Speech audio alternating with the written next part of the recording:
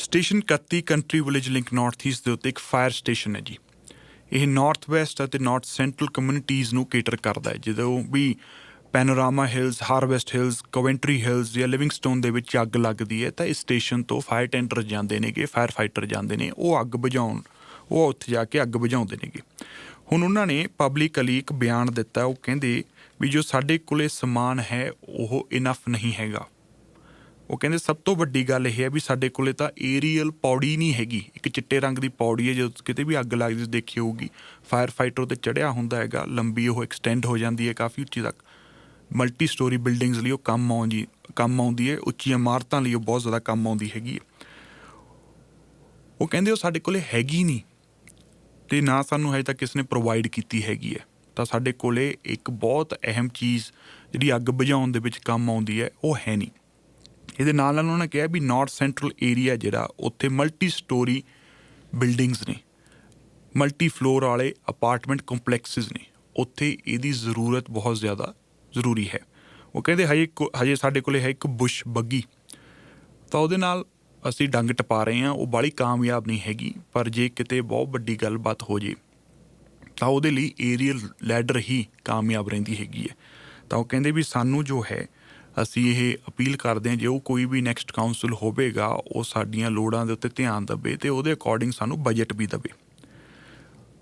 Ward number 3 ਦੀ ਇਹ ਗੱਲਬਾਤ ਹੈ ਜੀ ਸਾਰੀ। ਉੱਥੇ ਇਹ ਪ੍ਰੋਬਲਮ ਸਾਹਮਣੇ ਆਈ ਹੈਗੀ ਹੈ। ਉੱਥੇ 85,000 ਰੈਜ਼ੀਡੈਂਟਸ ਨੇ 2021 ਤੋਂ ਬਾਅਦ ਹੁਣ ਤੱਕ 6600 ਬਿਲਡਿੰਗ ਪਰਮਿਟਸ ਉਹਨਾਂ ਨੇ ਅਪਰੂਵ ਕੀਤੇ ਨੇਗੇ। ਉਹ ਕਹਿੰਦੇ ਨੇ ਵੀ ਬਿਲਡਿੰਗ ਪਰਮਿਟਸ ਤਾਂ ਧੜਾ ਅਪਰੂਵ ਕਰ ਰਹੇ ਨੇਗੇ, ਬਟ ਇਹਦੇ ਨਾਲ ਕੋਈ ਇਹਨਾਂ ਨੇ ਕੋਈ ਫਾਇਰ ਸਟੇਸ਼ਨ ਨਹੀਂ ਵਧਾਇਆ ਹੈਗਾ, ਉਹਦਾ ਕੋਈ ਪ੍ਰਬੰਧ ਨਹੀਂ ਕੀਤਾ ਹੋਇਆ। ਦੂਜੇ ਪਾਸੇ ਕਹਿੰਦੇ ਵੀ ਫਾਇਰ ਟਰੱਕ ਵੀ ਕੋਈ ਐਡ ਨਹੀਂ ਕੀਤਾ ਨਵਾਂ। ਕਹਿੰਦੇ ਸਾਡੇ ਏਰੀਏ ਦੇ ਵਿੱਚ ਟੋਟਲ 3 ਫਾਇਰ ਸਟੇਸ਼ਨਸ ਨੇ ਅਤੇ ਪਿਛਲੀ ਵਾਰ ਉਹਨਾਂ ਨੇ 5,000 ਅੱਗਾਂ ਨੂੰ ਰਿਸਪੌਂਡ ਕੀਤਾ ਜੀ। ਤਾਂ ਇਸ ਗੱਲ ਤੋਂ ਉਹ ਕਹਿੰਦੇ ਵੀ ਤੁਸੀਂ ਅੰਦਾਜ਼ਾ ਲਾ ਸਕਦੇ ਹੋ ਵੀ ਕਿੰਨਾ ਜ਼ਿਆਦਾ ਸਾਡੇ 'ਤੇ ਵਰਕ ਲੋਡ ਹੈ ਅਤੇ ਸਾਨੂੰ ਇਸ ਇਕੁਇਪਮੈਂਟ ਦੀ ਕਿੰਨੀ ਜ਼ਿਆਦਾ ਲੋੜ ਹੈ। ਤਾਂ ਕਾਊਂਸਲ ਨੂੰ ਵੀ ਉਹ ਕਹਿੰਦੇ ਵੀ ਇੱਧਰ ਧਿਆਨ ਦੇਣਾ ਚਾਹੀਦਾ ਵੀ ਆਪਣੇ ਫਾਇਰ ਸਟੇਸ਼ਨਸ ਦੇ ਵਿੱਚ ਫਾਇਰ ਫਾਈਟਰਸ ਕੋਲ ਪ੍ਰੋਪਰ ਇਕੁਇਪਮੈਂਟ ਹੈਗੀ ਹੈ ਜਾਂ ਨਹੀਂ ਹੈਗੀ। ਜੇ ਕੋਈ ਕਮੀ ਪੇਸ਼ੀ ਹੈ ਉਹਨੂੰ ਫਟਾਫਟ ਦੂਰ ਕਰੋ। ਆਪਾਂ ਹਾਲ ਹੀ ਵਿੱਚ ਦੇਖਿਆ ਸੀ ਬਹੁਤ ਵੱਡੀ ਟ੍ਰੈਜਡੀ ਨਾਰਥ ਈਸਟ ਦੇ ਵਿੱਚ ਰਿਪੋਰਟ ਹੋਈ ਸੀਗੀ। ਇੱਕ ਯੰਗ ਕੁੜੀ, ਬੇਟੀ ਦੀ ਉਹਦੇ ਵਿੱਚ ਮੌਤ ਹੋਈ ਸੀਗੀ, ਉਹਨਾਂ ਦੇ ਫਾਦਰ ਦੀ ਮੌਤ ਹੋਈ ਸੀਗੀ, ਡੈਥ ਹੋ ਗਈ ਸੀਗੀ। ਸੋ ਉਹ ਕਹਿੰਦੇ ਵੀ ਜਿਹੀਆਂ ਟ੍ਰੈਜਡੀਜ਼ ਨਾ ਹੋਣ ਤਾਂ ਉਹਦੇ ਲਈ ਸਾਨੂੰ ਇਸ ਇਕੁਇਪਮੈਂਟ ਦੀ ਲੋੜ ਹੈ। ਮੌਜੂਦਾ ਕਾਉਂਸਲਰ ਜੈਸਮਿਨ ਮੀਆਂ ਕਹਿੰਦੇ ਅਜਿਹੀ ਕੋਈ ਗੱਲ ਨਹੀਂ ਹੈ। ਮੌਜੂਦਾ ਕਾਉਂਸਲ ਨੇ ਪੂਰੇ ਫੰਡ ਦਿੱਤੇ ਨੇ। 76 ਮਿਲੀਅਨ ਅਸੀਂ ਪਹਿਲਾਂ ਇਨਕਰੀਜ਼ ਦਿੱਤਾ ਹੈਗਾ ਕੈਲਗਰੀ ਫਾਇਰ ਡਿਪਾਰਟਮੈਂਟ ਨੂੰ ਕੈਪੀਟਲ ਬਜਟ ਦੇ ਵਿੱਚ, ਫਿਰ ਅਸੀਂ 63 ਮਿਲੀਅਨ ਹੋਰ ਦਿੱਤਾ ਹੈਗਾ ਓਪਰੇਟਿੰਗ ਬਜਟ ਵਾਸਤੇ 2023 ਤੋਂ 2026 ਦੇ ਵਿੱਚ 4 ਈਅਰ ਦਾ ਬਜਟ ਸਾਈਕਲ ਦੇ ਵਿੱਚ ਅਸੀਂ ਲੋਕੇਟ ਕੀਤਾ ਹੈਗਾ। ਜੈਸਮਿਨ ਮੀਆਂ ਦਾ ਇਹ ਕਹਿਣਾ ਹੈਗਾ ਵੀ ਠੀਕ ਹੈ, ਹਜੇ ਹੋਰ ਬਹੁਤ ਸਾਰਾ ਕੰਮ ਹੋਣ ਵਾਲਾ ਬਾਕੀ, ਇਹਦੇ ਵਿੱਚ ਕੋਈ ਸ਼ੱਕ ਨਹੀਂ। ਤਾਂ ਅਗਲੀ ਕਾਉਂਸਲ ਜੋ ਕੋਈ ਵੀ ਆਊਗੀ ਉਹਨਾਂ ਨੂੰ ਫਾਇਰ ਡਿਪਾਰਟਮੈਂਟ ਦੇ ਜੋ ਕੋਈ ਸਾਡੇ ਵੱਲੋਂ ਕਮੀਆਂ ਪੇਸ਼ੀਆਂ ਰਹਿ ਗਈਆਂ ਨੇ ਜਾਂ ਅਸੀਂ ਪੂਰਾ ਨਹੀਂ ਕਰ ਸਕੇ ਉਹਨੂੰ ਜ਼ਰੂਰ ਪੂਰਾ ਕਰਨਾ ਚਾਹੀਦਾ। ਬਟ ਆਏ ਨਹੀਂ ਵੀ ਸਿੱਧਾ ਪਿਛਲੇ ਕਾਉਂਸਲ ਜਾਂ ਮੌਜੂਦਾ ਕਾਉਂਸਲ ਨੂੰ ਐਂ ਕਹਿ ਦਿਓ ਵੀ ਇਹਨਾਂ ਨੇ ਕੋਈ ਕੰਮ ਨਹੀਂ ਕੀਤਾ ਹੈਗਾ। ਸਾਡੇ ਵੱਲੋਂ ਕੀਤੇ ਗਏ ਕੰਮਾਂ ਨੂੰ ਵੀ ਤੁਸੀਂ ਜੋ ਹੈ ਰੈਕਗਨਾਈਜ਼ ਕਰੋ।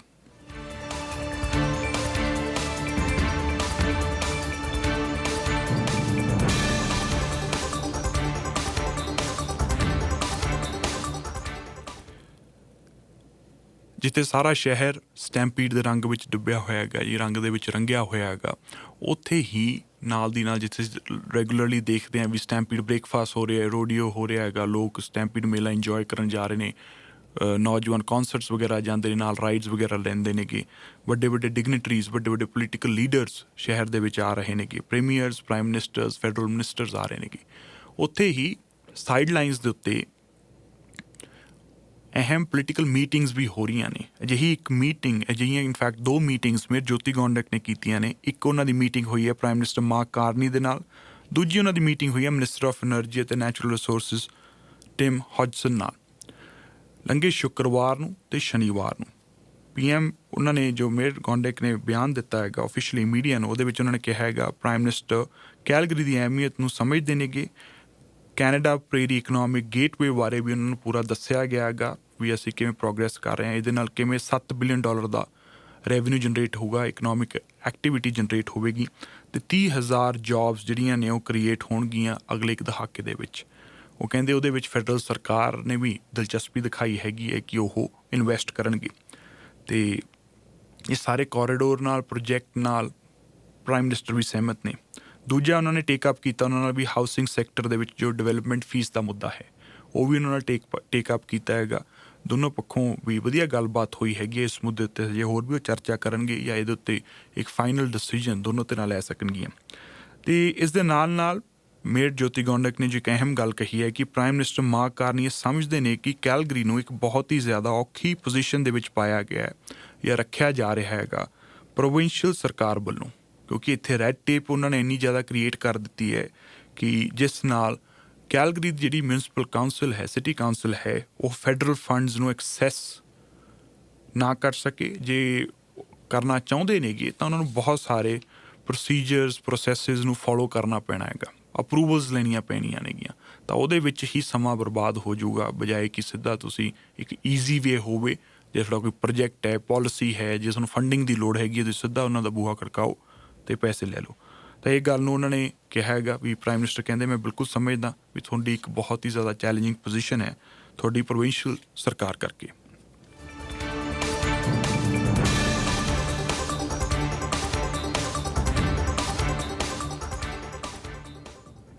ਵੈਸਟਜੈਟ ਨੇ ਇੱਕ ਅਹਿਮ ਐਲਾਨ ਕੀਤਾ ਹੈ ਜੀ। ਉਹ ਕਹਿੰਦੇ ਐਤਕੀ ਦੇ ਜੋ ਵਿੰਟਰ ਸੀਜ਼ਨ ਹੋਵੇਗਾ, ਸਿਆਲ ਸਮੇਂ, ਉਹਨਾਂ ਨੇ ਨਵੀਆਂ ਰੂਟਸ ਜੋ ਨੇ ਉਹਨਾਂ ਬਾਰੇ ਐਲਾਨ ਕੀਤਾ ਜਿੱਥੇ ਸਿੱਧੀਆਂ ਫਲਾਈਟਾਂ ਜਾਣਗੀਆਂ।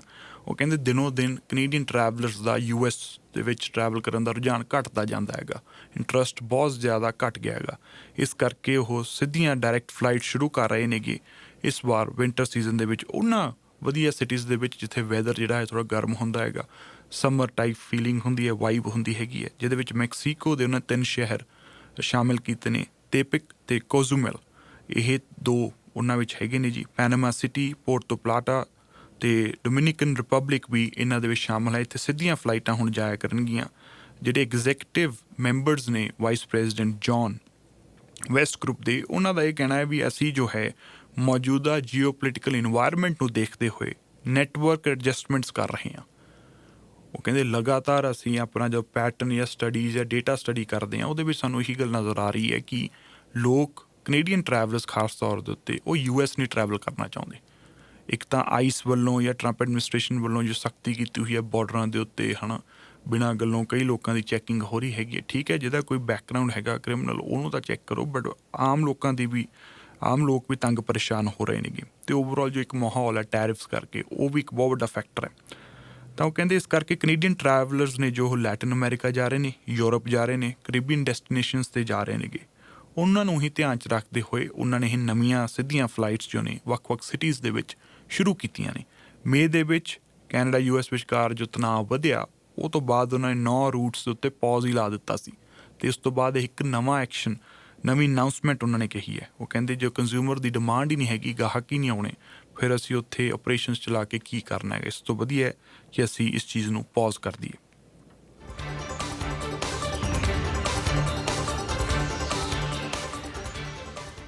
ਪੰਤਾਲੀ ਸਾਲ ਦੇ ਕੈਨੇਡੀਅਨ ਵੂਮਨ ਸਿੰਥੀਆ ਓਲੀਵੇਰਾ, ਉਹਨਾਂ ਨੂੰ ਕੈਨੇਡਾ ਦੇ US ਦੇ ਵਿੱਚ ਡਿਟੇਨ ਕਰ ਲਿਆ ਗਿਆ ਜੀ ਆਈਸ ਵੱਲੋਂ। ਜੂਨ 13 ਨੂੰ ਉਹ ਗ੍ਰੀਨ ਕਾਰਡ ਇੰਟਰਵਿਊ ਦੇਣ ਗਏ ਸੀਗੇ, ਉਸ ਦੌਰਾਨ ਉਹਨਾਂ ਨੂੰ ਆਫੀਸ਼ੀਅਲਸ ਨੇ ਉੱਥੇ ਡਿਟੇਨ ਕਰ ਲਿਆ।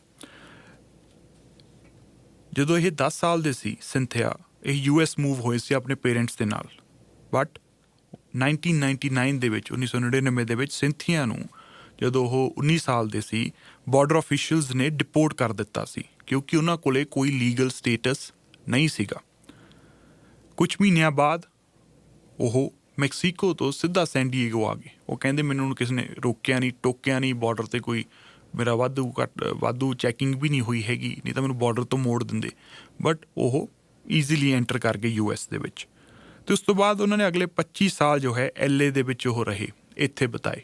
ਇੱਥੇ ਉਹਨਾਂ ਨੇ ਜੌਬਸ ਵੀ ਕੀਤੀਆਂ, ਟੈਕਸ ਵੀ ਪੇ ਕੀਤਾ, ਮੈਰਿਜ ਵੀ ਕੀਤੀ, 3 ਜਵਾਕ ਨੇ ਉਹਨਾਂ ਦੇ ਜਿਹੜੇ ਕਿ US ਬੋਰਨ ਨੇ। 2024 ਦੇ ਵਿੱਚ ਬਾਈਡਨ ਐਡਮਿਨਿਸਟ੍ਰੇਸ਼ਨ ਨੇ ਉਹਨਾਂ ਨੂੰ ਲੀਗਲੀ ਕੰਮ ਕਰਨ ਦਾ ਪਰਮਿਟ ਵੀ ਦੇ ਦਿੱਤਾ। ਬਟ ਟਰੰਪ ਐਡਮਿਨਿਸਟ੍ਰੇਸ਼ਨ ਦੇ ਜੋ ਮੌਜੂਦਾ ਆਫੀਸ਼ੀਅਲਸ ਨੇ ਉਹ ਇਸ ਗੱਲ ਨਾਲ ਸਹਿਮਤ ਨਹੀਂ ਹੈਗੇ। ਉਹ ਕਹਿੰਦੇ ਵੀ ਇਹਨਾਂ ਨੂੰ ਪਹਿਲਾਂ ਡਿਪੋਰਟ ਕੀਤਾ ਗਿਆ ਸੀ, ਠੀਕ ਹੈ, ਇਹਨਾਂ ਨੂੰ ਦੇਸ਼ ਤੋਂ ਕੱਢਿਆ ਗਿਆ ਸੀਗਾ, ਅਤੇ ਇਹ ਫੇਰ ਦੇਸ਼ ਦੇ ਵਿੱਚ ਰੀਐਂਟਰ ਕਰਦੇ ਨੇ ਇਲੀਗਲੀ, ਵਿਦਾਊਟ ਪਰਮਿਸ਼ਨ। ਤੇ ਕਹਿੰਦੇ ਇਹ ਫੈਲਨੀ ਚਾਰਜ ਹੈਗਾ, ਇਹ ਕੋਈ ਛੋਟੀ ਮੋਟੀ ਇਹਨਾਂ ਨੇ ਗੱਲ ਨਹੀਂ ਕੀਤੀ ਹੋਈ। ਤੇ ਹਜੇ ਵੀ ਇਹਨਾਂ ਨੂੰ ਆਈਸ ਦੀ ਕਸਟਡੀ 'ਚ ਰੱਖਿਆ ਹੋਇਆ, ਹਾਲਾਂਕਿ ਇਹਨਾਂ ਨੇ ਟੈਕਸਸ ਦੇ ਵਿੱਚ, ਹਾਲਾਂਕਿ ਇਹਨਾਂ ਨੇ ਕਾਫੀ ਵਾਰ ਇਹ ਗੱਲ ਕਹੀ ਹੈ ਵੀ ਮੈਂ ਆਪਦੇ ਖਰਚੇ ਦੇ ਉੱਤੇ ਵਾਪਸ ਜਾਊਂਗੀ, ਆਪਦੀ ਫਲਾਈਟ ਕਰੂੰਗੀ, ਬਟ ਫਿਰ ਵੀ ਇਹਨਾਂ ਨੂੰ ਛੱਡਿਆ ਨਹੀਂ ਜਾ ਰਿਹਾ ਹੈਗਾ।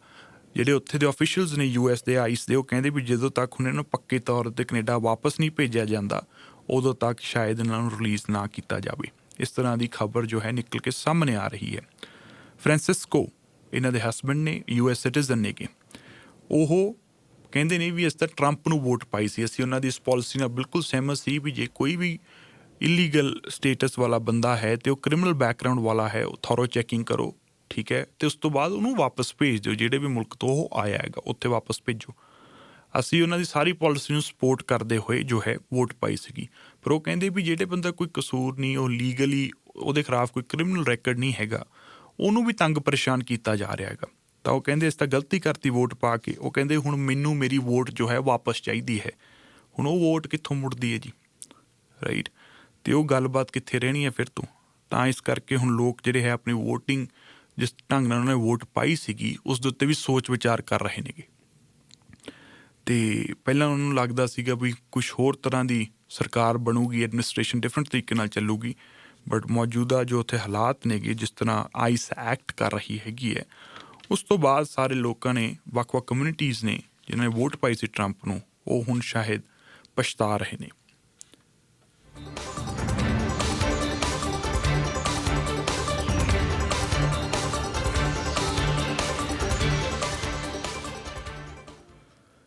Canadian centre for policy alternative ਇੱਕ ਲੈਫਟ ਲੀਨਿੰਗ ਥਿੰਕ ਟੈਂਕ ਹੈਗਾ ਜੀ। ਇਹਨਾਂ ਨੇ ਹਾਲ ਹੀ ਵਿੱਚ ਇੱਕ ਰਿਪੋਰਟ ਕੱਢੀ ਹੈ। ਉਹਦੇ ਵਿੱਚ ਇਹਨਾਂ ਨੇ ਇਹ ਗੱਲ ਆਖੀ ਹੈ ਵੀ ਜੋ inter provincial trade, investment, labour mobility ਦਾ ਪ੍ਰਚਾਰ ਕੀਤਾ ਜਾ ਰਿਹਾ ਹੈ ਸਾਰੇ ਦੇਸ਼ ਦੇ ਵੱਖ-ਵੱਖ ਲੀਡਰਾਂ ਵੱਲੋਂ, ਖਾਸ ਤੌਰ 'ਤੇ ਮੌਜੂਦਾ ਲਿਬਰਲ ਸਰਕਾਰ ਵੱਲੋਂ, ਇਹ ਇੱਕ ਪੋਲੀਟੀਕਲ ਥੀਏਟਰ ਹੈ।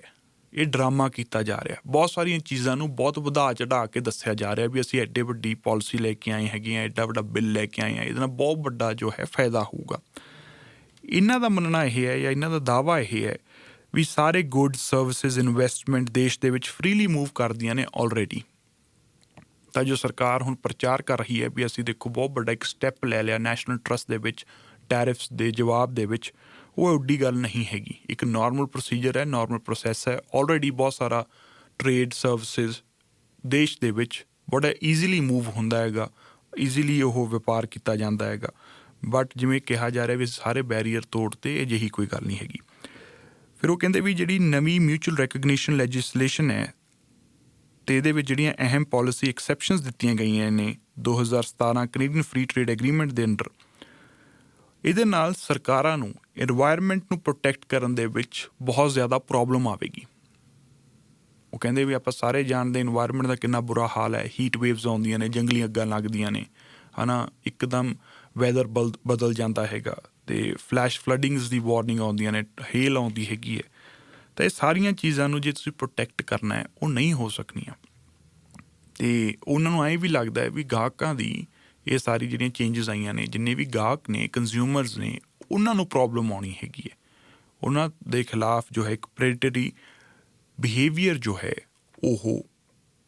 ਉਹਨੂੰ ਬੜਾਵਾ ਮਿਲੂਗਾ। ਉਹਨੂੰ ਕਹਿ ਲਓ ਵੀ ਜ਼ਿਆਦਾ ਅਜਿਹਾ ਐਕਸਪਲੋਇਟੇਸ਼ਨ ਹੋ ਸਕਦੀ ਹੈਗੀ ਹੈ। ਸੋ ਇਹਨਾਂ ਦੀ ਰਿਪੋਰਟ ਹੈ ਜੀ, ਇਹਨਾਂ ਨੇ ਇਹ ਅਹਿਮ ਰਿਪੋਰਟ ਸਾਂਝੀ ਕੀਤੀ ਹੈ। ਸੋ ਕਹਿੰਦੇ ਵੀ ਇਹ ਸਾਰਾ ਕੁਛ ਜੋ ਹੈ ਪੋਲੀਟੀਕਲ ਥੀਏਟਰ ਹੈ, ਉਸ ਤੋਂ ਇਲਾਵਾ ਇਹ ਕੁਛ ਵੀ ਨਹੀਂ। ਇੱਕ ਛੋਟੀ ਜਿਹੀ ਬ੍ਰੇਕ ਲਵਾਂਗੇ, ਬ੍ਰੇਕ ਤੋਂ ਬਾਅਦ ਬਾਕੀ ਦੀ ਖਬਰਾਂ ਉੱਤੇ ਚਰਚਾ ਕਰਦੇ ਹਾਂ ਜੀ। ਜੁਲਾਈ 'ਚ ਖਰਾਬ ਹੋਈ ਸਾਡੀ ਫ੍ਰਿਜ 'ਚ ਐਗਨੌਗ ਕਿਉਂ ਭਰਿਆ? ਟ੍ਰੇਲ ਅਪਲਾਈਐਂਸਸ ਤੇ ਜੁਲਾਈ 'ਚ ਹੀ ਬਾਕਸਿੰਗ ਵੀਕ ਹੈ। ਮੈਂ ਤਾਂ ਹੌਲੀਡੇ ਮੂਡ 'ਚ ਉੱਥੇ ਚੱਲਿਆ। ਟ੍ਰੇਲ ਅਪਲਾਈਐਂਸਸ ਤੇ ਜੁਲਾਈ ਬਾਕਸਿੰਗ ਵੀਕ 'ਚ ਕਿਚਨ ਅਪਲਾਈਐਂਸਸ ਅਤੇ ਹੋਰ ਸਾਮਾਨ ਤੇ ਕਰੋ ਵੱਡੀਆਂ ਬਚਤਾਂ। 3 ਜਾਂ ਵੱਧ ਸਿਲੈਕਟ LG ਅਪਲਾਈਐਂਸਸ ਖਰੀਦਣ ਤੇ $300 ਦੀ ਬਚਤ ਕਰੋ ਅਤੇ ਸਾਰੇ ਲਾਂਡਰੀ ਪੇਅਰਸ ਦੀ ਖਰੀਦ ਤੇ ਫ੍ਰੀ ਲੋਕਲ ਡਿਲੀਵਰੀ। ਸੇਲ 16 ਜੁਲਾਈ ਤੱਕ ਚੱਲੇਗੀ। ਸ਼ਾਪ ਕਰੋ ਸਟੋਰ 'ਚ ਜਾਂ ਵਿਜ਼ਿਟ trailappliances.com।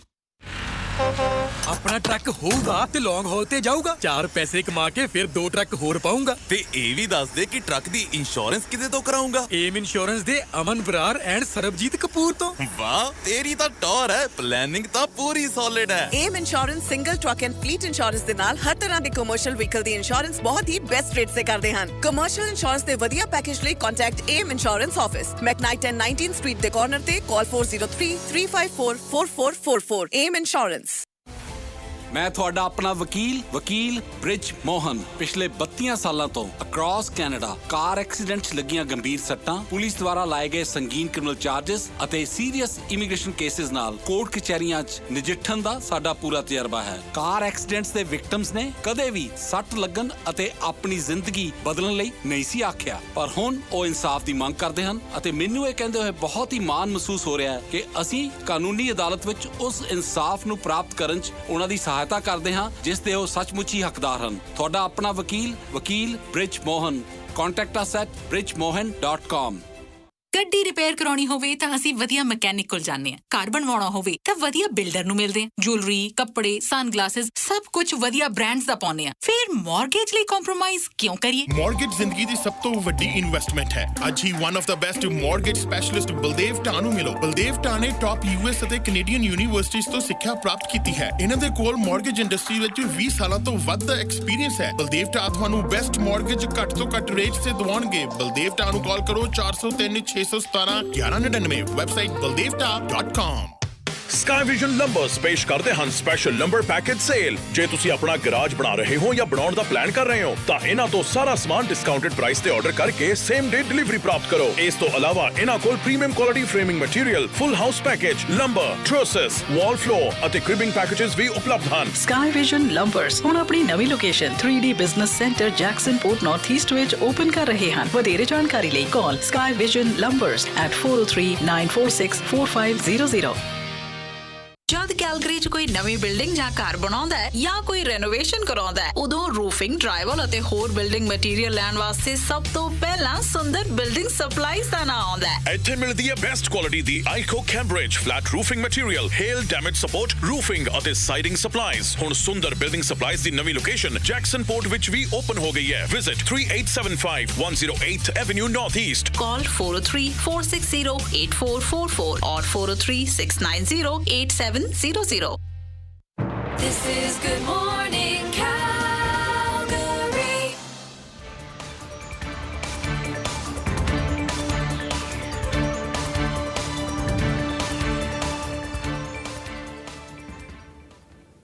CBC ਦੇ ਨੈਸ਼ਨਲ ਲੈਵਲ ਦੇ ਟੀਵੀ ਹੋਸਟ ਸੀਗੇ ਜਾਂ ਕਾਫੀ ਲੰਬਾ ਚਿਰ ਉਹਨਾਂ ਨੇ ਜੋ ਹੈ ਸ਼ੋਅ ਹੋਸਟ ਕੀਤਾ ਹੈਗਾ। ਉਹਨਾਂ ਨੇ ਆਪਣੇ ਅਹੁਦੇ ਤੋਂ ਅਸਤੀਫਾ ਦੇ ਦਿੱਤਾ ਹੈ। ਇਹਨਾਂ ਦਾ ਨਾਮ ਹੈ ਜੀ ਟ੍ਰੈਵਿਸ ਧਨਰਾਜ। ਇਹ ਖਬਰ ਕਾਫੀ ਜ਼ਿਆਦਾ ਚਰਚਾ ਦੇ ਵਿੱਚ ਹੈ। ਅਸਤੀਫਾ ਤਾਂ ਦਿੱਤਾ ਹੀ ਦਿੱਤਾ, ਨਾਲ ਇਹਨਾਂ ਨੇ ਇੱਕ ਚਿੱਠੀ ਵੀ ਲਿਖ ਦਿੱਤੀ। ਉਹ ਕਹਿੰਦੇ ਜੋ CBC ਨੈਟਵਰਕ ਹੈ ਉਹਨਾਂ ਦੇ ਉੱਤੇ ਇਹਨਾਂ ਨੇ ਦੋਸ਼ ਲਾਇਆ ਹੈਗਾ। ਉਹ ਇਸ ਕਰਕੇ ਛੱਡ ਰਹੇ ਨੇ ਕਿ ਉੱਥੇ ਇਹ ਇੰਟੈਗਰਿਟੀ ਨਾਲ ਕੰਮ ਨਹੀਂ ਕਰ ਸਕਦੇ। ਉਹਨਾਂ ਨੇ ਧਨਰਾਜ ਨੂੰ ਵਧੀਆ ਮਾਹੌਲ ਨਹੀਂ ਦਿੱਤਾ। 20 ਸਾਲਾਂ ਦਾ ਐਕਸਪੀਰੀਅੰਸ ਹੈ ਧਨਰਾਜ ਦਾ। ਗਲੋਬਲ ਮੀਡੀਆ ਦੇ ਵਿੱਚ ਇਹਨਾਂ ਨੇ ਕੰਮ ਕੀਤਾ ਹੈ, ਫਿਰ ਇਹ ਬੈਲ ਮੀਡੀਆ ਨਾਲ ਵੀ ਜੁੜੇ ਰਹੇ ਨੇਗੇ। ਧਨਰਾਜ ਨੇ ਕਾਫੀ ਜ਼ਿਆਦਾ ਗੰਭੀਰ ਸੀਰੀਅਸ ਐਲੀਗੇਸ਼ਨਸ ਲਾਈਆਂ ਨੇ CBC ਨੈਟਵਰਕ ਦੇ ਉੱਤੇ। ਉਹਨਾਂ ਦਾ ਕਹਿਣਾ ਹੈ ਵੀ ਡਾਇਵਰਸਿਟੀ ਇਹ ਸਿਰਫ ਗੱਲਾਂ ਬਾਤਾਂ 'ਚ ਹੀ ਰੱਖਦੇ ਨੇਗੇ। ਅਸਲ ਦੇ ਵਿੱਚ ਜੇ ਤੁਸੀਂ ਆਰਗੇਨਾਈਜੇਸ਼ਨ ਦੇ ਵਿੱਚ ਕੰਮ ਕਰੋ, ਨੈਟਵਰਕ ਦੇ ਵਿੱਚ ਕੰਮ ਕਰੋ, ਉੱਥੇ ਜਿਹੀ ਕੋਈ ਗੱਲਬਾਤ ਨਹੀਂ ਹੈਗੀ। ਰਿਐਲਿਟੀ ਇਹ ਹੈਗੀ ਹੈ ਵੀ ਇਹ ਸਿਰਫ ਪਰਫਾਰਮ ਕਰਦੇ ਨੇ, ਵੀ ਦਿਖਾਵਾ ਕਰਦੇ ਨੇ ਵੀ ਅਸੀਂ ਡਾਇਵਰਸਿਟੀ ਵਾਲੇ ਹੈਗੇ ਆ ਜਾਂ ਡਾਇਵਰਸਿਟੀ ਨੂੰ ਅਸੀਂ ਪ੍ਰਮੋਟ ਕਰਦੇ ਹੈਗੇ ਆ। ਇਹਨਾਂ ਦੇ ਦੋਸ਼ ਨੇ। ਇਹਨਾਂ ਨੇ ਇਹ ਗੱਲਾਂ ਕਹੀਆਂ ਨੇ ਚਿੱਠੀਆਂ ਦੇ ਵਿੱਚ। ਉਹ ਕਹਿੰਦੇ ਵੀ ਅੰਦਰ ਸਿਸਟਮ ਨੈਟਵਰਕ ਦੇ ਵਿੱਚ ਇਸ ਤਰੀਕੇ ਨਾਲ ਡਿਜ਼ਾਈਨ ਕੀਤਾ ਗਿਆ ਹੈਗਾ ਜੋ ਬਸ ਗਿਣੇ ਚੁਣੇ ਲੋਕਾਂ ਨੂੰ ਹੀ ਬੈਨੀਫਿਟ ਕਰਦਾ ਹੈ, ਉਹਨਾਂ ਨੂੰ ਹੀ ਤਰੱਕੀ ਮਿਲਦੀ ਹੈ। ਬਾਕੀ ਸਾਰਿਆਂ ਨੂੰ ਇੱਕ ਲੈਵਲ 'ਤੇ ਹੀ ਰੋਕ ਦਿੱਤਾ ਜਾਂਦਾ ਹੈ ਜਾਂ ਇੱਕ ਲੈਵਲ ਤੱਕ ਹੀ ਰੱਖਿਆ ਜਾਂਦਾ ਹੈਗਾ। ਇਸ ਤਰ੍ਹਾਂ ਦਾ ਉਹਨਾਂ ਨੇ ਕਿਹਾ ਵੀ ਓਵਰਆਲ ਸਿਸਟਮ ਬਣਾਇਆ ਗਿਆ ਹੈਗਾ। CBC ਦੇ ਵਿੱਚ ਜਦੋਂ ਉਹਨਾਂ ਨੂੰ ਹੋਸਟ ਇੱਕ ਸ਼ੋਅ ਮਿਲਿਆ, ਉਹਨੂੰ ਹੋਸਟ ਕਰ ਰਹੇ ਸੀਗੇ, ਉਦੋਂ ਇਹ ਗੱਲਾਂ ਵੀ ਆਖੀਆਂ ਗਈਆਂ ਜਦੋਂ ਉਹਨਾਂ ਨੇ ਕਿਹਾ ਵੀ ਮੈਂ ਕੰਜ਼ਰਵੇਟਿਵ ਵੌਇਸਿਸ ਨੂੰ ਬੁਲਾਉਣਾ ਚਾਹੁੰਦਾ, ਬੁੱਕ ਕਰਨਾ ਚਾਹੁੰਦਾ। ਉਦੋਂ ਉਹਨਾਂ ਨੇ ਕਿਹਾ ਵੀ ਉਹਨਾਂ ਨੂੰ ਮਨਾ ਕਰ ਦਿੱਤਾ ਗਿਆ ਹੈਗਾ। ਉਹਨਾਂ ਵੱਲੋਂ ਇੱਕ ਸਟਰੋਂਗ ਐਡੀਟੋਰੀਅਲ ਡਾਇਰੈਕਸ਼ਨ ਸੀਗੀ ਕਿ ਅਸੀਂ ਇਹਨਾਂ ਨਿਊਜ਼ ਮੇਕਰਸ ਨੂੰ ਹੀ ਪ੍ਰਮੋਟ ਕਰਨਾ ਹੈਗਾ। ਰਾਈਟ। ਅਤੇ ਇਹਨਾਂ ਨਿਊਜ਼ ਮੇਕਰਸ ਨੂੰ ਹੀ ਐਕਸੈਸ ਦਿੱਤੀ ਜਾਊਗੀ। ਉਹ ਕਹਿੰਦੇ ਉਹਨਾਂ ਦੇ ਐਡੀਟੋਰੀਅਲ ਪ੍ਰੋਟੋਕੋਲਸ, ਜਿੱਥੇ ਖਬਰਾਂ ਡਿਸਾਈਡ ਹੁੰਦੀਆਂ ਨੇ ਕਿਹੜੀ ਖਬਰ ਲੈਣੀ ਹੈ ਕਿਹੜੀ ਨਹੀਂ ਲੈਣੀ ਹੈਗੀ, ਹੈ ਨਾ। ਓਵਰਆਲ ਇੱਕ ਵੈਲਿਊ ਸਿਸਟਮ ਹੁੰਦਾ ਹਰ ਇੱਕ ਨਿਊਜ਼ ਦਾ, ਨਿਊਜ਼ ਰੂਮ ਦਾ, ਐਡੀਟੋਰੀਅਲ ਬੋਰਡਸ ਦਾ। ਉਹ ਕਹਿੰਦੇ ਉਹਨਾਂ ਦਾ ਐਡੀਟੋਰੀਅਲ ਪ੍ਰੋਟੋਕੋਲ ਹੀ ਅਜਿਹਾ ਹੈ ਕਿ ਕੁਛ ਆਟੋਵਾ 'ਚ ਜਿਹੜੇ ਜਰਨਲਿਸਟ ਬੈਠੇ ਨੇ, ਡਿਪਿਊਟ ਕੀਤੇ ਹੋਏ ਨੇ, ਉਹਨਾਂ ਨੂੰ ਹੀ ਫਾਇਦਾ ਮਿਲਦਾ ਹੈ। ਉਹਨਾਂ ਨੂੰ ਹੀ ਕੀ ਅਸਾਈਨਮੈਂਟਸ ਮਿਲਦੀਆਂ ਨੇ, ਜਿਹੜੀਆਂ ਸਭ ਤੋਂ ਜ਼ਿਆਦਾ ਟੌਪ ਹੁੰਦੀਆਂ ਨੇ, ਇੰਪੋਰਟੈਂਟ ਹੁੰਦੀਆਂ ਨੇ। ਅਤੇ ਜਦੋਂ ਇਸ ਸਭ ਬਾਰੇ ਉਹਨਾਂ ਨੇ ਆਵਾਜ਼ ਉਠਾਈ, ਉੱਥੇ ਈਮੇਲਾਂ ਲਿਖੀਆਂ ਵਿਦਇਨ ਆਫਿਸ, ਹੋਰ ਸਭ ਕੁਛ ਉਹਨਾਂ ਨੇ ਰੇਜ਼ ਕੀਤਾ ਇਸ਼ੂ ਵੱਖ-ਵੱਖ ਥਾਵਾਂ ਦੇ ਉੱਤੇ, ਤਾਂ ਉਹ ਕਹਿੰਦੇ ਉਹਨਾਂ ਨੂੰ ਰੈਜ਼ਿਸਟੈਂਸ ਮਿਲੀ। ਬਜਾਏ ਕਿ ਉਹਨਾਂ ਦੀ ਗੱਲ ਸੁਣੀ ਜਾਵੇ, ਐਡਰੈਸ ਕੀਤੀ ਜਾਵੇ, ਇਹਦੇ ਉੱਤੇ ਸੋਚ ਵਿਚਾਰ ਕੀਤਾ ਜਾਵੇ, ਉਹ ਕਹਿੰਦੇ ਅਜਿਹਾ ਕੁਛ ਨਹੀਂ ਹੋਇਆ। ਇਹ ਉਹਨਾਂ ਵੱਲੋਂ ਦੋਸ਼ ਲਾਇਆ ਗਿਆ ਹੈਗਾ ਆਪਣੀ ਚਿੱਠੀ ਦੇ ਵਿੱਚ, ਸਗੋਂ ਕਿ ਉਹਨਾਂ ਨੂੰ ਪੁਸ਼ ਬੈਕ ਕੀਤਾ ਗਿਆ ਹੈਗਾ ਵੀ ਅਜਿਹੀ ਕੋਈ ਗੱਲ ਨਹੀਂ ਹੈਗੀ। ਉਹ ਕਹਿੰਦੇ ਉਹਨਾਂ ਤੋਂ ਸ਼ੋਅ ਵੀ ਲੈ ਲਿਆ ਗਿਆ ਹੈਗਾ, ਇਸ ਚੀਜ਼ ਦਾ ਵੀ ਉਹਨਾਂ ਨੂੰ ਪਹਿਲਾਂ ਡਰਾਵਾ ਦਿੱਤਾ, ਫਿਰ ਲਈ ਲਿਆ ਹੈਗਾ। ਇਹ ਸਾਰੀ ਗੱਲਬਾਤ ਉਹਨਾਂ ਨੇ ਚਿੱਠੀ ਦੇ ਵਿੱਚ ਓਫੀਸ਼ੀਅਲ ਤੌਰ ਦੇ ਉੱਤੇ ਜੋ ਵੱਖ-ਵੱਖ ਮੇਨ ਸਟ੍ਰੀਮ ਮੀਡੀਆ ਨੇ, ਚਾਹੇ ਗਲੋਬ ਐਂਡ ਮੇਲ ਹੋਵੇ, ਚਾਹੇ ਉਹ ਨੈਸ਼ਨਲ ਪੋਸਟ ਹੋਵੇ, ਇਹਨਾਂ ਸਾਰਿਆਂ ਨੇ ਇਹ ਖਬਰਾਂ ਛਾਪੀਆਂ ਨੇ ਜੀ, ਅਤੇ ਉਹਦੇ ਵਿੱਚ ਇਹ ਗੱਲ ਲਿਖੀ ਗਈ ਹੈ। ਦੂਜੇ ਪਾਸੇ CBC ਨੇ ਆਪਣਾ ਵੀ ਪੱਖ ਰੱਖਿਆ। ਉਹ ਕਹਿੰਦੇ ਵੀ ਇਹ ਜੋ ਸਾਰੇ ਦੋਸ਼ ਲਾਏ ਜਾ ਰਹੇ ਨੇਗੇ ਧਨਰਾਜ ਵੱਲੋਂ, ਉਹਨਾਂ ਨੂੰ ਉਹ ਰਿਜੈਕਟ ਕਰਦੇ ਨੇ। ਉਹ ਕਹਿੰਦੇ ਇਹ ਸੀਰੀਅਸ ਐਲੀਗੇਸ਼ਨਸ ਨੇ, ਬਟ ਉਹ ਸਾਰੇ ਦੇ ਸਾਰਿਆਂ ਨੂੰ ਰਿਜੈਕਟ ਕਰਦੇ ਨੇਗੇ। ਉਹ ਕਹਿੰਦੇ ਅਸੀਂ ਇੱਕ ਸੀਮਿਤ ਬਿਆਨ ਹੀ ਦੇ ਸਕਦੇ ਹੈਗੇ ਹਾਂ, ਬਾਕੀ ਜੋ ਹੈ ਅਸੀਂ ਉਹਨਾਂ ਦੇ ਲਾਇਰ ਵਗੈਰਾ ਨਾਲ ਗੱਲਬਾਤ ਕਰਦੇ ਰਹਾਂਗੇ। CBC news staff management diversity ਨੂੰ ਵੀ ਪ੍ਰਮੋਟ ਕਰਦਾ ਹੈ। ਉੱਥੇ ਅਜਿਹੀ ਕੋਈ ਗੱਲਬਾਤ ਨਹੀਂ ਹੈਗੀ ਜੋ ਧਨਰਾਜ ਕਹਿ ਰਹੇ ਨੇਗੇ, ਰਾਈਟ। ਸੋ ਉਹਨਾਂ ਨੇ ਆਪਣਾ ਇੱਕ ਸੀਮਿਤ ਜਿਹਾ ਬਿਆਨ ਦਿੱਤਾ ਜੀ, ਉਹਦੇ ਵਿੱਚ ਉਹਨਾਂ ਨੇ ਸਾਰੀਆਂ ਇਹਨਾਂ ਐਲੀਗੇਸ਼ਨਸ ਨੂੰ ਸਿਰੇ ਤੋਂ ਰਿਜੈਕਟ ਕਰ ਦਿੱਤਾ।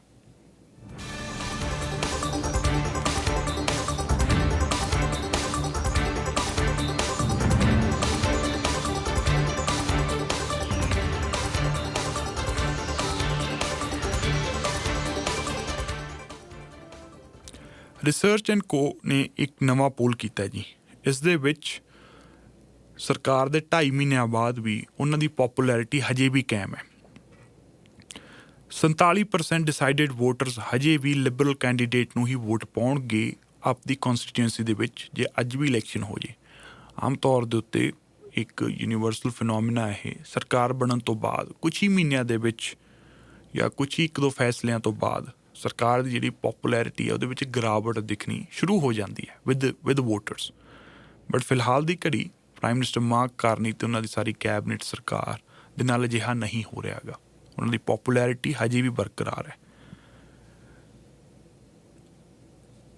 47% ਪਾਉਣਗੇ ਲਿਬਰਲ ਕੈਂਡੀਡੇਟ ਨੂੰ ਵੋਟ, 37% ਕਹਿੰਦੇ ਅਸੀਂ ਕੰਜ਼ਰਵੇਟਿਵ ਪਾਰਟੀ ਨੂੰ ਸਪੋਰਟ ਕਰਾਂਗੇ। NDP ਤੇ ਬਲਾਕ ਕੁਬੈਕੁਆ ਤੀਜੀ ਪੋਜੀਸ਼ਨ ਦੇ ਉੱਤੇ ਉਹਨਾਂ ਦਾ ਟਾਈ ਹੋਇਆ 6% ਦੇ ਉੱਤੇ। ਅਟਲਾਂਟਿਕ ਕੈਨੇਡਾ ਦੇ ਵਿੱਚ ਲਿਬਰਲਸ ਦੀ ਲੀਡ ਹੈ ਜੀ। 57% ਲੋਕ ਇਹ ਕਹਿੰਦੇ ਨੇ ਅਸੀਂ ਲਿਬਰਲ ਪਾਰਟੀ ਦੇ ਉਮੀਦਵਾਰ ਨੂੰ ਹੀ ਵੋਟ ਪਾਵਾਂਗੇ। ਕੰਜ਼ਰਵੇਟਿਵ ਨੂੰ 38% ਕਹਿੰਦੇ ਨੇਗੇ। ontario ਦੇ ਵਿੱਚ 53-41 ਦਾ ਨੰਬਰ ਹੈ। 53% ਲਿਬਰਲ ਵੱਲ, 41 ਕੰਜ਼ਰਵੇਟਿਵ ਵੱਲ। BC ਵਿੱਚ 52-37 ਹੈਗਾ। 52% ਲਿਬਰਲ ਵੱਲ, 37% ਕੰਜ਼ਰਵੇਟਿਵ ਵੱਲ। ਕਿਊਬੈਕ ਦੇ ਵਿੱਚ ਵੀ ਲਿਬਰਲਸ ਦੀ ਲੀਡ ਹੈ 46% ਨਾਲ। ਕੰਜ਼ਰਵੇਟਿਵਸ ਉੱਥੇ 21% ਤੇ ਨੇ। ਕੰਜ਼ਰਵੇਟਿਵ ਜਿੱਥੇ ਲੀਡ ਕਰ ਰਹੇ ਨੇਗੇ ਉਹ ਹੈ ਸਸਕੈਚੁਅਨ, ਮੈਨੀਟੋਬਾ। 48% ਲੋਕ ਕਹਿੰਦੇ ਵੀ ਅਸੀਂ ਕੰਜ਼ਰਵੇਟਿਵ ਦੇ ਉਮੀਦਵਾਰ ਨੂੰ ਚੁਣਾਂਗੇ ਸਸਕੈਚੁਅਨ ਤੇ ਮੈਨੀਟੋਬਾ ਦੇ ਵਿੱਚ।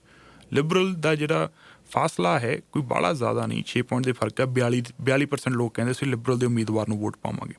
ਐਲਬਰਟਾ ਦੇ ਵਿੱਚ ਗੈਪ ਸਭ ਤੋਂ ਵੱਧ ਹੈ। 53% ਲੋਕ ਕਹਿੰਦੇ ਨੇ ਵੀ ਅਸੀਂ ਕੰਜ਼ਰਵੇਟਿਵ ਕੈਂਡੀਡੇਟ ਨੂੰ ਵੋਟ ਪਾਵਾਂਗੇ। 36% ਕਹਿੰਦੇ ਨੇ ਅਸੀਂ ਲਿਬਰਲ ਪਾਰਟੀ ਦੇ ਉਮੀਦਵਾਰ ਨੂੰ ਚੁਣਾਂਗੇ। ਹਜੇ ਵੀ ਲੋਕਾਂ ਦੇ ਮਨਾਂ ਦੇ ਉੱਤੇ, ਦਿਲੋਂ ਦਿਮਾਗ ਦੇ ਉੱਤੇ ਸਭ ਤੋਂ ਵੱਧ ਜਿਹੜਾ ਅਹਿਮ ਮੁੱਦਾ ਹੈ ਉਹ ਹੈ ਕੈਨੇਡਾ US ਰਿਲੇਸ਼ਨ। ਇਹੀ ਸਭ ਤੋਂ ਇੰਪੋਰਟੈਂਟ ਇਸ਼ੂ ਲੱਗਦਾ ਲੋਕਾਂ ਨੂੰ। ਇਹਨੂੰ ਹੀ 22% ਲੋਕਾਂ ਨੇ ਕਿਹਾ ਵੀ ਸਾਡੇ ਵਾਸਤੇ ਤਾਂ ਇਹੀ ਹੈ ਵੀ ਇਸ ਇਸ਼ੂ ਦੇ ਉੱਤੇ ਸਭ ਤੋਂ ਵੱਧ ਕੰਮ ਹੋਵੇ, ਇਹਦਾ ਕਿਵੇਂ ਨਾ ਕਿਵੇਂ ਹੱਲ ਲੱਭਿਆ ਜਾਵੇ।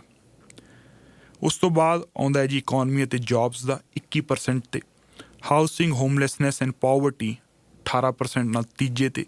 ਹੈਲਥ ਕੇਅਰ ਚੌਥੇ ਤੇ ਹੈ ਜੀ। 13% ਲੋਕਾਂ ਦੇ ਉੱਤੇ ਕਿਹਾ ਵੀ ਹੈਲਥ ਕੇਅਰ ਟੌਪ ਤੇ ਹੋਣਾ ਚਾਹੀਦਾ ਹੈਗਾ, ਤਾਂ ਇਹ ਚੌਥੇ ਨੰਬਰ ਤੇ ਓਵਰਆਲ। ਇਮੀਗ੍ਰੇਸ਼ਨ 9% ਤੇ ਆ ਗਿਆ ਜੀ। ਜੇ ਅਸੀਂ ਦੋ ਲੀਡਰਸ ਨਾਲ ਗੱਲ ਵਜੋਂ ਕੰਪੇਅਰ ਕਰੀਏ, ਪ੍ਰਾਈਮ ਮਿਨਿਸਟਰ ਮਾਰਕ ਕਾਰਨੀ ਨੂੰ ਤੇ ਉੱਧਰ ਪੀਅਰ ਪੋਲੀਐਵ ਨੂੰ ਕੰਜ਼ਰਵੇਟਿਵ ਪਾਰਟੀ ਦੇ ਲੀਡਰ ਜੋ ਹਾਰ ਗਏ ਸੀਗੇ ਫੈਡਰਲ ਇਲੈਕਸ਼ਨ ਆਪਦੀ ਰਾਈਡਿੰਗ ਤੋਂ, ਉਹਨਾਂ ਦੇ ਵਿਚਕਾਰ ਵੀ ਕਾਫੀ ਫਾਸਲਾ ਹੈ। 61% ਲੋਕ ਅਪਰੂਵ ਕਰਦੇ ਨੇ ਜਿਵੇਂ ਪ੍ਰਾਈਮ ਮਿਨਿਸਟਰ ਮਾਰਕ ਕਾਰਨੀ ਸਰਕਾਰ ਚਲਾ ਰਹੇ ਨੇ, ਲੀਡ ਕਰ ਰਹੇ ਨੇਗੇ। ਸੋ ਉਹਨਾਂ ਦੀ ਓਵਰਆਲ ਰੇਟਿੰਗ ਦੇ ਵਿੱਚ 2 ਪੁਆਇੰਟਸ ਦਾ ਵਾਧਾ ਹੋਇਆ ਹੈਗਾ। ਉਧਰ ਦੂਜੇ ਪਾਸੇ ਪੀਅਰ ਪੋਲੀਐਵ ਨੂੰ 44% ਲੋਕ ਅਪਰੂਵ ਕਰਦੇ ਨੇ, ਓਵਰਆਲ -4 ਮਤਲਬ ਕਿ 4%, 4 ਪੁਆਇੰਟ ਉਹਨਾਂ ਦੇ ਜਿਹੜੇ ਹੈ ਉਹ ਗਿਰੇ ਹੈਗੇ ਨੇਗੇ। ਹਜੇ ਵੀ ਪ੍ਰਾਈਮ ਮਿਨਿਸਟਰ ਮਾਰਕ ਕਾਰਨੀ ਦੀ ਡਬਲ ਡਿਜਿਟ ਲੀਡ ਹੈਗੀ ਹੈ over conservative leader. Economy and jobs ਦੇ ਉੱਤੇ 5 ਵੱਖਰੇ ਇਸ਼ੂਜ਼ ਦੇ, ਇਕੋਨਮੀ ਐਂਡ ਜੌਬਸ ਉੱਤੇ, ਅਕਾਊਂਟੇਬਿਲਿਟੀ ਐਂਡ ਲੀਡਰਸ਼ਿਪ ਉੱਤੇ, ਹੈਲਥ ਕੇਅਰ ਉੱਤੇ, ਇਨਵਾਇਰਮੈਂਟ ਉੱਤੇ, ਐਨਰਜੀ ਐਂਡ ਪਾਈਪਲਾਈਨਸ ਉੱਤੇ, ਇਹ ਸਾਰੇ ਜਿਹੜੇ 5 ਟੌਪ ਦੇ ਮੁੱਦੇ ਨੇ ਜਾਂ ਕਹਿ ਲਓ ਜਿਹੜੇ ਕੰਜ਼ਰਵੇਟਿਵ ਦੇ ਮੁੱਦੇ ਰਹੇ ਨੇਗੇ, ਉਹਨਾਂ ਦੇ ਉੱਤੇ ਪ੍ਰਾਈਮ ਮਿਨਿਸਟਰ ਮਾਰਕ ਕਾਰਨੀ ਦੀ ਲੀਡ ਹੈਗੀ ਹੈ। ਸੋ ਪੀਅਰ ਪੋਲੀਐਵ ਦੀ ਪੋਜੀਸ਼ਨ ਬਹੁਤ ਜ਼ਿਆਦਾ ਵੀਕ ਹੈ। ਜਾਂ ਤਾਂ ਕੰਜ਼ਰਵੇਟਿਵ ਪਾਰਟੀ ਨੂੰ ਡਾਊਨ ਦ ਰੋਡ ਕੁਝ ਸਮੇਂ ਬਾਅਦ ਉਹਨਾਂ ਨੂੰ ਬਦਲਣਾ ਪੈਣਾ, ਅਨਲੈਸ ਅੰਟਿਲ ਉਹ ਆਪਣੇ ਆਪ ਨੂੰ ਪੋਲੀਟੀਕਲੀ ਵੱਡੇ ਪੱਧਰ 'ਤੇ ਮਾਸ ਲੈਵਲ ਦੇ ਉੱਤੇ ਦੇਸ਼ ਦੇ ਵਿੱਚ ਰਿਵਾਈਵ ਕਰ ਲੈਣ। ਅਦਰਵਾਈਜ਼ ਜਿਹੜੇ ਇਹ ਪੋਲਸ ਨੇ ਜਾਂ ਪ੍ਰਾਈਮ ਮਿਨਿਸਟਰ ਮਾਰਕ ਕਾਰਨੀ ਕੋਈ ਵੱਡੀ ਗਲਤੀ ਕਰ ਦੇਣ ਜਾਂ ਜੋ ਉਹਨਾਂ ਨੇ ਵਾਅਦੇ ਦਾਅਵੇ ਕੀਤੇ ਨੇ ਚੋਣਾਂ ਦੌਰਾਨ ਉਹ ਪੂਰੇ ਨਾ ਹੋ ਸਕਣ ਅਗਲੇ 6 ਮਹੀਨਿਆਂ ਤੱਕ। ਫਿਲਹਾਲ ਦੀ ਘੜੀ ਇਹ ਉਹਨਾਂ ਦੀ ਹਜੇ ਜੋ ਸਰਕਾਰ ਦੀ ਰਾਈਡ ਹੈ ਉਹ ਹਜੇ ਬਰਕਰਾਰ ਹੈ, ਵਧੀਆ ਇੱਕ ਵੇਵ ਚੱਲ ਰਹੀ ਹੈ, ਲੋਕ ਉਹਨਾਂ ਦੇ ਕੰਮਕਾਰ ਤੋਂ ਖੁਸ਼ ਨੇਗੇ। ਅਤੇ ਦੂਜੇ ਪਾਸੇ ਪੀਅਰ ਪੋਲੀਐਵ ਵੀ ਜੇ ਇਲੈਕਸ਼ਨ ਜਿੱਤਦੇ ਨੇ ਹਾਊਸ ਦੇ ਵਿੱਚ ਜਾਣਗੇ, ਉਸ ਤੋਂ ਬਾਅਦ ਉਹਨਾਂ ਦਾ ਕਿਵੇਂ ਦਾ ਰੋਲ ਰਹਿੰਦਾ ਹੈ, ਕਿਵੇਂ ਉਹ ਸਰਕਾਰ ਨੂੰ ਘੇਰਨਗੇ, ਕਾਊਂਟਰ ਕਰਨਗੇ, ਉਹਦੇ ਉੱਤੇ ਵੀ ਬੜਾ ਕੁਛ ਨਿਰਭਰ ਕਰਦਾ ਜੀ।